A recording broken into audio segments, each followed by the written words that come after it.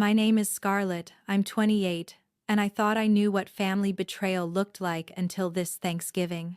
When my sister Vivian smugly told me our parents' dinner was for winners only, I never imagined the devastating truth lurking beneath her perfect facade.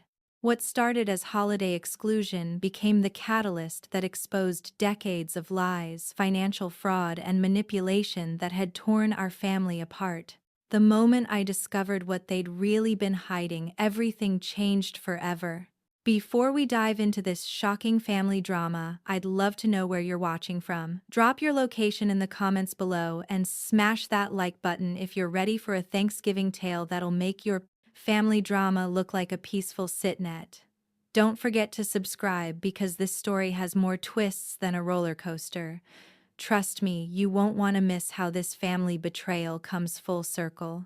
Growing up in suburban Connecticut, I always felt like the black sheep of the Morrison family.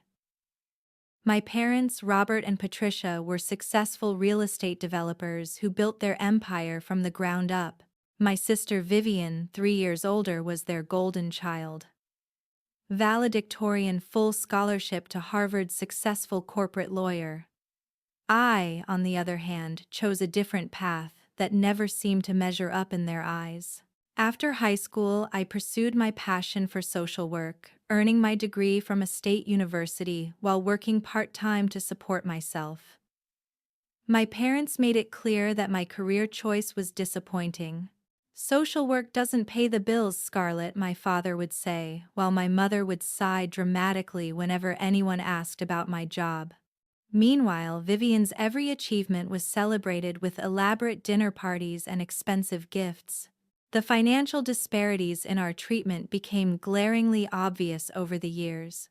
When Vivian graduated law school, our parents bought her a BMW and helped with the down payment on her downtown condo. When I graduated with my master's in social work, I received a card with $50 inside. When Vivian got engaged to her investment banker boyfriend Marcus, they threw a lavish engagement party at the country club. When I brought home my boyfriend Jake, a paramedic, they barely acknowledged his existence. I tried to convince myself that their favoritism was just about success and financial stability. They came from humble beginnings and worked hard for their wealth, so it made sense they'd value financial achievement. But deep down, the constant comparison and dismissal hurt more than I cared to admit. I threw myself into my work at the local family crisis center, finding purpose in helping others navigate their own family traumas. Ironically enough, the pattern continued into our adult lives. Family gatherings became exercises in endurance for me. Vivian would regale everyone with stories of her latest legal victories and expensive vacations, while I'd share updates about the families I'd helped, only to watch my parents' eyes glaze over with polite disinterest. They'd ask about my salary, my benefits, whether I was finally ready to consider a more practical career. The message was always clear: I wasn't living up to their standards. Last year's Thanksgiving had been particularly brutal.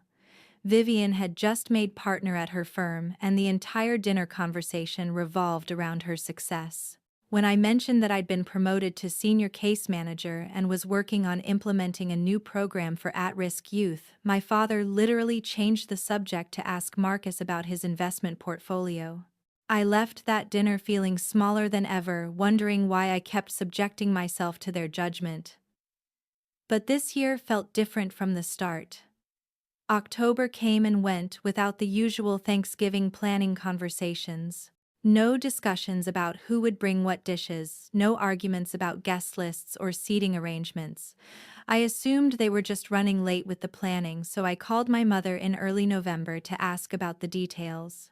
"Oh, sweetie," she said, her tone carefully neutral, "I thought Vivian would have mentioned it to you. We're doing things a bit differently this year."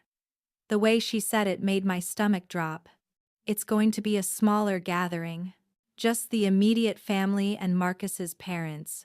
You know how crowded it gets." I stood in my tiny apartment kitchen, phone pressed to my ear, trying to process what she was really saying. Smaller gathering, I was immediate family. Mom, I don't understand. Are you saying I'm not invited to Thanksgiving? The pause on the other end of the line stretched on for what felt like an eternity. Well, darling, it's complicated. We're having dinner at Vivian's new house and there's limited space. Plus, you know how these dinners can get with all the different perspectives on life. Different perspectives on life. That was their polite way of saying my presence would somehow diminish their perfect family image. I felt the familiar sting of rejection, but this time it was different. This wasn't just about seating arrangements or limited space. This was about being deemed unworthy of inclusion in my own family's most important gathering. The conversation ended with promises to catch up soon and suggestions that maybe I could visit the weekend after. As I hung up the phone, I felt something shift inside me. The hurt was still there, but it was joined by something else, a burning curiosity about why this year was different. Why now? What had changed to make them finally comfortable with completely excluding me? That night I called Jake and told him what happened. His anger on my behalf was immediate and fierce. That's bullshit, Scarlett. You don't exclude family from Thanksgiving. What's wrong with them? But even as he comforted me, I couldn't shake the feeling that there was more to this story than simple favoritism. The way my mother had spoken, the careful word choices, the mention of Vivian's new house, something was off. The next few weeks passed in a haze of hurt and confusion. I threw myself into work, staying late at the office and taking on extra cases to avoid thinking about the upcoming holiday. But Jake wouldn't let me just accept the situation. You need to find out what's really going on, he insisted. This isn't normal family dysfunction anymore. This is cruel. He was right, and deep down I knew it. So I started digging, beginning with social media. Vivian's Instagram had always been carefully curated, but lately she'd been posting more frequently about her new life and exciting changes. Photos of expensive furniture being delivered to what looked like a massive house, pictures of designer renovation materials, posts about investing in our future. The house caught my attention immediately. It wasn't just nice, it was enormous. A sprawling colonial, with manicured grounds, the kind of property that would cost well over $1 million in our area.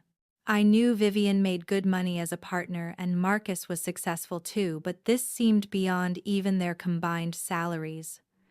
Especially since she'd just bought her downtown condo 3 years ago. I decided to do some research. Using the public records database at work, which I had legitimate access to for case research, I looked up property transactions in our area. It didn't take long to find what I was looking for. Vivian Morrison Wells had indeed purchased a property 6 months ago for $1.8 million. But the down payment information made my blood run cold. $900, 0 inches cash. $900,000 in cash. I stared at the screen, my mind racing. Where does a 1-year-old lawyer get nearly $1 million in cash for a house down payment? Even with her success, that kind of liquid capital didn't make sense. I started thinking about my parents' business, their real estate empire, and the various family trusts and investments they'd mentioned over the years but never explained in detail. That evening, I called my college roommate Emma, who now worked as a forensic accountant. Without mentioning specific names, I asked her about red flags in family financial situations. Large cash transactions between family members can be legitimate, she told me, but they can also be signs of money laundering, tax evasion, or other financial improprieties. If someone suddenly has access to large amounts of cash without a clear source, that's definitely worth investigating. The conversation with Emma planted a seed of suspicion that grew stronger each day. I started paying closer attention to my family's social media posts, their casual mentions of investments and business deals, the expensive gifts and vacations that seemed to come without explanation. A pattern began to emerge. one that suggested far more money flowing through the family than could be accounted for by their legitimate businesses. I decided to reach out to Vivian directly, hoping to get some answers. I crafted a carefully neutral text message. "Hey, saw your new house on Instagram, it's gorgeous. Would love to hear about the house hunting process sometime." Her response came hours later and was surprisingly curt: "Thanks. It was a long process, very stressful. Hope you're doing well." That wasn't the Vivian I knew. Despite our differences, she'd always been chatty about her achievements, eager to share details about her successes. This dismissive response felt like she was hiding something. I tried a different approach, calling to congratulate her on the house and asking if I could visit sometime. Her reaction was telling. "Oh well, we're still settling in," she stammered. "The place is a mess, boxes everywhere. Maybe after the holidays." When I pressed gently, mentioning that the Instagram photos showed the house looking quite finished, she became defensive. "Scarlett, why are you asking so many questions? It's just a house. Just a house. A $1.8 million house with a $900,000 cash down payment." The conversation ended awkwardly, but it confirmed my suspicions that something significant was being hidden from me. The exclusion from Thanksgiving wasn't just about family favoritism. It was about keeping me away from something they didn't want me to see or discover. That night, I made a decision that would change everything. I was going to find out the truth about my family's finances, about Vivian's mysterious windfall, and about why I'd suddenly become persona non grata at family gatherings. I had professional skills in investigation and research, access to public records, and a growing network of contacts in various fields. If my family thought they could exclude me without explanation, they were about to learn that I wasn't as powerless as they assumed. The first step was gathering more concrete evidence. I started with property records, then moved on to business filings and corporate registrations. What I discovered over the next week made my stomach turn and changed my understanding of my family forever. The Morrison real estate empire wasn't just successful, it was built on a foundation of fraud, tax evasion, and illegal financial manipulation that had been going on for years. I know you're on the edge of your seat right now, wondering what Scarlett found. Honestly, I was shaking when I uncovered this information. If you're feeling that same intensity, hit that like button and let me know in the comments how you think you'd handle discovering your family's darkest secrets, because what I'm about to tell you will blow your mind. The investigation consumed every free moment I had over the next 2 weeks. What started as curiosity about a house purchase evolved into uncovering a massive financial conspiracy that had been operating under my nose for years. Using my legitimate access to public records and databases, plus some help from Emma's forensic accounting expertise, I began to piece together a picture that made me sick to my stomach. The Morrison Family Trust, which I'd heard mentioned casually over the years, wasn't just a simple inheritance vehicle. It was the center of an elaborate money laundering operation. My parents had been using their real estate business to purchase properties with dirty money, renovate them minimally, then sell them at inflated prices to accomplices who would immediately resell them at losses. The difference would be justified as market fluctuations, while the original dirty money came out clean on the other side. But that wasn't even the worst part. As I dug deeper into the corporate filings, I discovered that my name had been used on several documents without my knowledge. Scarlett Morrison was listed as a co-owner of multiple shell companies, a beneficiary of trusts I'd never heard of, and even as a board member of a development company that supposedly owned 3 commercial properties. They'd been using my identity to hide their criminal activities. The revelation hit me like a physical blow. For years, while they'd been treating me like the family disappointment, they'd been secretly using my name and social security number to commit federal crimes. Every document I found made the situation worse. There were loans taken out in my name, business licenses filed under my identity and tax documents that showed income I'd never earned from sources I'd never worked for. Emma's reaction when I showed her the evidence was immediate. "Scarlett, this is serious federal crime territory. Identity theft, money laundering, tax evasion. We're talking about potential decades in prison if they're caught. You need to contact the FBI immediately." But I wasn't ready for that step yet. I needed to understand the full scope of what they'd done and, more importantly, who else was involved. That's when Vivian's cash down payment finally made sense. She wasn't just the golden child. She was an active participant in the family's criminal enterprise. The $900,000 for her house had come directly from the laundered money, probably funneled through one of the shell companies that bore my name. She wasn't excluded from the criminal activity. She was being rewarded for her participation. I spent another week gathering evidence, printing documents, and creating a comprehensive file of their activities. The scope was staggering. Over the past 7 years, they'd moved more than $15 million through various schemes, evaded taxes on approximately $4 million in income, and used my identity in ways that could have destroyed my life if discovered by authorities. The most damaging discovery came when I found loan documents showing that a $200,000 business loan had been taken out in my name 2 years ago. According to the paperwork, I was supposed to be making monthly payments of $3,400. I'd never seen this loan, never received payment notices, and had no idea it existed. They'd somehow managed my credit and handled the payments without my knowledge, probably using money from their illegal activities. As I sat in my apartment, surrounded by evidence of my family's crimes, I finally understood why I'd been excluded from Thanksgiving. It wasn't about being a disappointment or not measuring up to their standards. It was about keeping me away from conversations, celebrations, and situations where their criminal activities might be discussed. They couldn't risk me overhearing something that would expose their operation. The hurt I'd felt about the exclusion transformed into something much more powerful: rage. Not just at being excluded, but at being used, manipulated, and put at legal risk without my consent.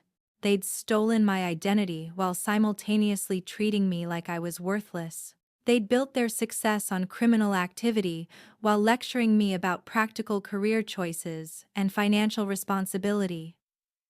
But the rage came with clarity. I knew exactly what I needed to do, and I knew I had the evidence to do it. My family thought they were so clever, keeping their disappointment daughter at arm's length while using her identity for their crimes.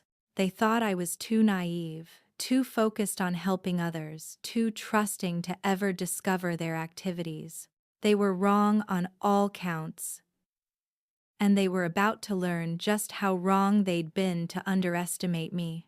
The social worker they'd dismissed as unsuccessful was about to bring their entire criminal empire crashing down. But first, I was going to give them a Thanksgiving they'd never forget. That night, I called Jake and told him everything. His reaction was immediate support mixed with concern for my safety. "Scarlett, these people have committed serious crimes. If they realize you know, they might try to pin everything on you since your name is already on the documents." He was right to be worried, but I wasn't going to let fear stop me from getting justice. I had a plan forming in my mind, one that would expose their crimes, clear my name, and give them the consequences they deserved. But it required perfect timing and careful execution. Thanksgiving was still a week away. The perfect opportunity to confront them when they thought they were safe, surrounded by their criminal accomplices celebrating their illegal success. The week leading up to Thanksgiving became the most intense period of my life. During the day, I maintained my normal routine at work, helping families navigate their crises, while secretly planning to detonate my own family's criminal empire. During the evenings, I meticulously organized evidence, contacted authorities, and planned every detail of my confrontation. My first call was to the FBI's Financial Crimes Division. Agent Sarah Chen listened carefully as I explained the situation and offered to turn over evidence of money laundering, tax evasion, and identity theft. "Miss Morrison," she said, "what you're describing sounds like a significant criminal enterprise. We'll need to examine all your evidence, but if it's as comprehensive as you claim, we're looking at multiple federal charges." I scheduled a meeting for the Monday after Thanksgiving to formally turn over the evidence. Agent Chen advised me to avoid confronting my family until after we met, but I had a different plan. I wanted them to know that their crimes had been discovered before the authorities showed up at their door. I wanted them to understand that their disappointing daughter had outsmarted them all. The second part of my plan involved financial protection. Emma helped me contact all 3 credit bureaus to flag my accounts for identity theft monitoring. We also filed reports with the IRS about the fraudulent income reported under my name and began the process of documenting my innocence in the various schemes. Most importantly, we gathered evidence proving I had no knowledge of or benefit from any of the criminal activities. But the most satisfying part of my plan was the confrontation itself. I decided to show up at Vivian's house during their winner's only Thanksgiving dinner. I would arrive with copies of all the evidence, present it calmly and clearly, and watch their perfect facade crumble in real time. They wanted to exclude me, fine. But they were going to hear exactly why they'd never see me again after this. Jake insisted on coming with me for safety, but I needed to do this alone. This was about my family, my identity that had been stolen, and my right to confront the people who'd betrayed me in the most fundamental way possible. However, I did agree to check in with him every hour and to leave immediately if the situation became dangerous. I spent Thursday morning preparing. I printed multiple copies of the most damning evidence: the property records showing Vivian's cash down payment, the shell company documents bearing my forged signature, the loan papers for money I'd never borrowed, and the corporate filings showing me as an officer of companies I'd never heard of. I organized everything in a professional folder, the kind I'd use for presenting cases at work. The irony wasn't lost on me. I was using skills I'd developed helping other families navigate crises to address the biggest crisis in my own family. The investigation techniques, the documentation methods, the careful organization of evidence, all of it came from my supposedly unsuccessful career in social work. At 2 p.m., I drove to Vivian's new house. The address led me to an exclusive development where every house was a monument to wealth and privilege. Her colonial sat on a corner lot with luxury cars filling the circular driveway. I recognized my parents' Mercedes Marcus's BMW and 2 other expensive vehicles I assumed belonged to Marcus's parents. Looking at the house, knowing it was purchased with stolen money and my stolen identity filled me with determination. These people were celebrating their criminal success while I sat alone, excluded from my own family. But not anymore. Today, the family dynamics were going to change permanently. I parked across the street and took a moment to center myself. In my purse was enough evidence to destroy multiple lives and send several people to federal prison. In my heart was a mixture of grief for the family relationships that would end today and excitement for the justice that was finally coming. I thought about all the years of feeling inadequate, all the dismissive comments about my career, all the times they'd made me feel like I wasn't good enough for their family. Today, they were going to learn that I was far more capable than they'd ever imagined, and they were going to discover that their years of criminal activity had finally caught up with them. As I walked up their front steps, folder in hand, I smiled for the first time in weeks. Their disappointing daughter was about to become their worst nightmare. The doorbell echoed through the house, followed by the sound of laughter and conversation stopping abruptly. I heard Vivian's voice, "I'll get it. Probably just a delivery." The door opened and her face went through a series of expressions: surprise, confusion, and finally something that looked like fear. "Scarlett, what are you doing here? We talked about this. The dinner is family only and we're all ready." I cut her off with a smile that felt sharp as glass. "Oh, but Vivian, I am family. In fact, according to these documents, I'm much more involved in family business than you ever told me." I held up the folder. "I think it's time we had a real conversation about exactly what kind of family we are." The color drained from Vivian's face as she stared at the folder in my hands. Behind her, I could hear the conversation in the dining room resume, unaware that their perfect Thanksgiving was about to become a federal crime scene. "Scarlett, I don't know what you think you've found, but I think I've found evidence that you and our parents have been using my identity to commit money laundering, tax evasion, and bank fraud for the past 7 years," I said, calmly pushing past her into the foyer. "I think I've found proof that your beautiful new house was purchased with dirty money that was cleaned through shell companies bearing my forged signature. And I think I've found documentation showing that there's currently a $200,000 loan outstanding in my name that I never applied for, never benefited from, and never even knew existed." Vivian's mouth opened and closed like a fish gasping for air. "You don't understand," she whispered. "It's not what it looks like. Everything we did was to protect the family business, to keep everyone secure. You were never supposed to be hurt by any of it." "Never supposed to be hurt," I laughed, a sound that held no humor. "Vivian, identity theft is a federal crime that carries up to 15 years in prison. Money laundering can get you 20 years. You've made me an unwitting accomplice to crimes that could destroy my entire life, and you think I wasn't supposed to be hurt." The conversation in the dining room had stopped completely now. I could hear my father's voice. "Vivian, everything all right out there?" She looked toward the dining room with panic in her eyes, then back at me. "Please," she whispered, "don't do this here. Not in front of Marcus's parents. We can talk about this later, work something out. There has to be a way to fix this without destroying everyone."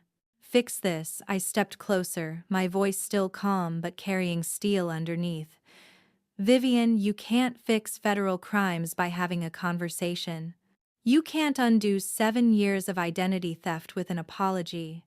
And you certainly can't repair the damage you've done to my life by asking me to keep quiet to preserve your dinner party." My father appeared in the doorway between the foyer and dining room. Robert Morrison still cut an imposing figure at 58, but when he saw me standing there with my folder of evidence, something shifted in his expression. "Scarlett, this is unexpected. We thought you understood that tonight was for winners only." I finished his sentence. "Yes," Vivian explained that to me. What she didn't explain was how you've all been winning by using my identity to commit federal crimes." I opened the folder and pulled out the property records for Vivian's house. "Tell me, Dad, where did Vivian get $900 0 inches cash for this house down payment?" The silence that followed was deafening. My father's face went through a series of expressions as he processed what I was holding. Behind him, I could see my mother Patricia rising from the dining table, her face already pale with understanding. Marcus and his parents remained seated, clearly confused but sensing the gravity of the situation. I think my father said carefully that we should discuss this privately. "Perhaps we could step into my study." "No," I said firmly. "I'm done with private conversations in this family. I'm done with secrets and exclusions and being treated like I'm too stupid or naive to understand what's really happening." I pulled out more documents. "These are corporate filings showing me as a board member of Morrison Development LLC. I've never heard of this company, never signed these documents, never attended a board meeting. Want to explain that? My mother had joined my father in the doorway now, and the fear in her eyes was unmistakable. Sweetheart, please. You don't understand how complicated business can be. Sometimes, paperwork gets filed in ways that seem confusing, but everything we've done has been legal and above board. I laughed again, the sound echoing through the expensive foyer. Legal and above board, Mom. I work with federal databases every day. I know what money laundering looks like, and I know what identity theft looks like. This, I waved the documents, is both. Marcus appeared behind my parents, his lawyer's instincts clearly activated. Scarlett, I think you need to be very careful about the accusations you're making. If you're wrong about any of this, you could be facing serious legal consequences yourself. Marcus, I turned to him with a smile, I'm not wrong. I have 7 years of documented evidence, and I've already spoken with FBI agent Sarah Chen about turning it all over to the Financial Crimes Division. The only question now is whether you want to add witness intimidation to the charges you're all facing. The word FBI hit the room like a bomb. Vivian actually staggered backward, reaching for the wall to steady herself. My father's face went from pale to gray, and my mother made a small sound that might have been a sob. From the dining room came the sound of chairs scraping, as Marcus's parents realized something very serious was happening. You called the FBI? My father asked, his voice barely above a whisper. I have an appointment Monday morning to turn over all the evidence, I confirmed. Agent Chen was very interested in the scope of your operation. Apparently, $15 million in laundered money over 7 years qualifies as a significant criminal enterprise in federal law. The number hit them like a physical blow. Vivian actually swayed on her feet, and my mother grabbed my father's arm for support. They hadn't realized I knew the full scope of their activities. They'd thought I was just a naive social worker who might have stumbled across a few documents.